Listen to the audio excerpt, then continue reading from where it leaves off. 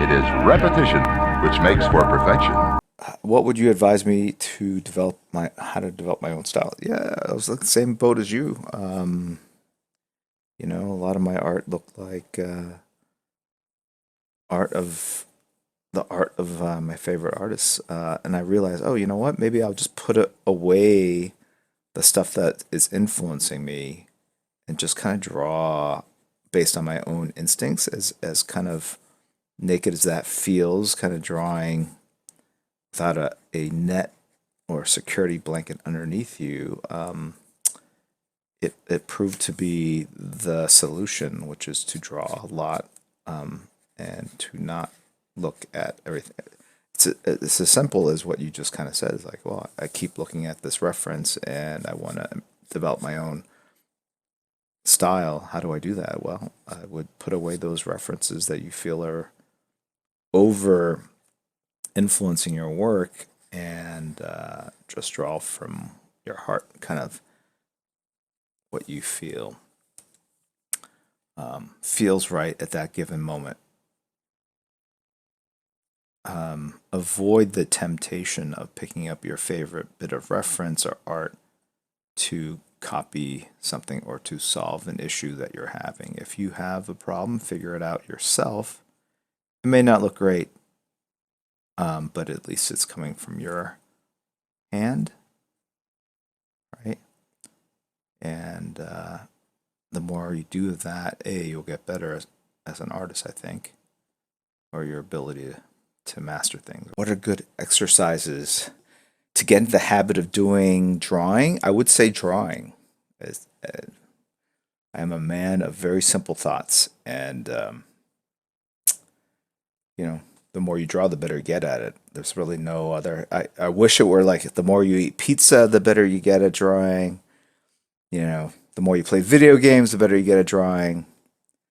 The more you look at trees, you get better at drawing trees. Actually, that is a little true. So, but the return on that is probably like 100 hours gets you 0.1% increase in ability in drawing by observing.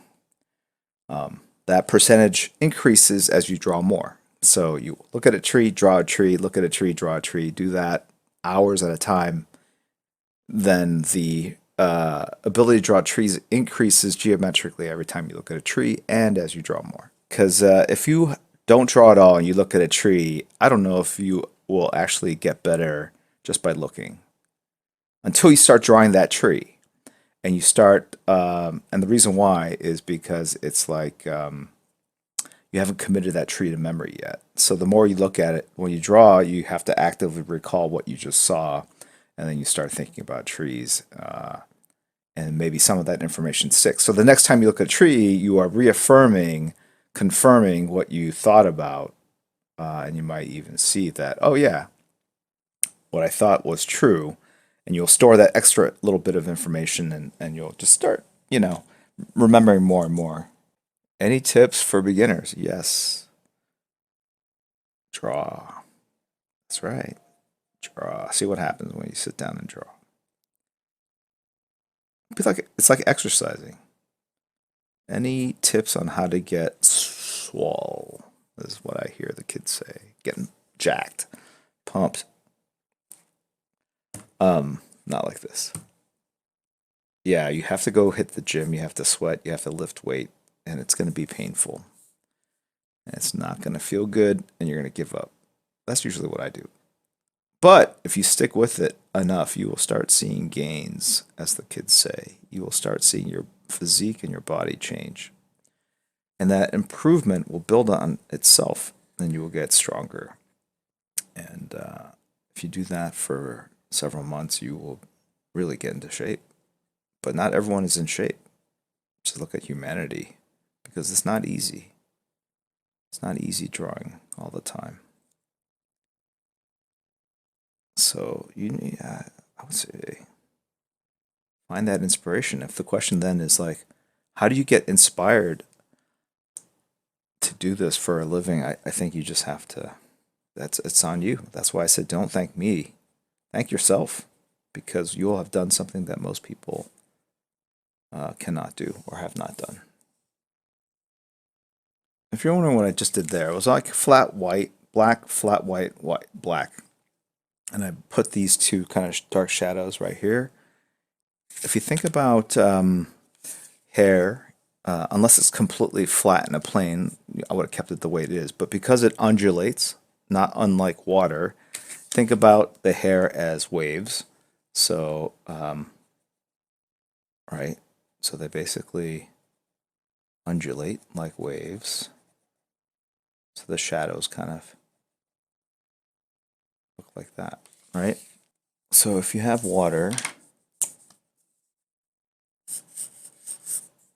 this is typically how we express water.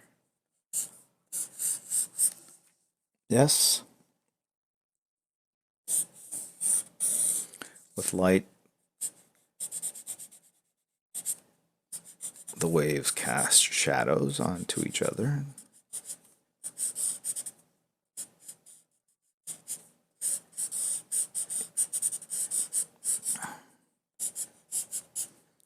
And you know what? This could be sand dunes.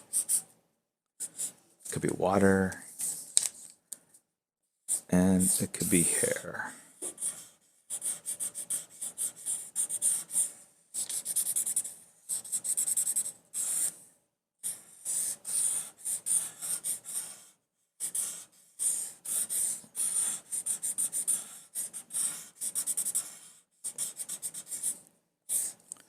Right, because every clump of hair,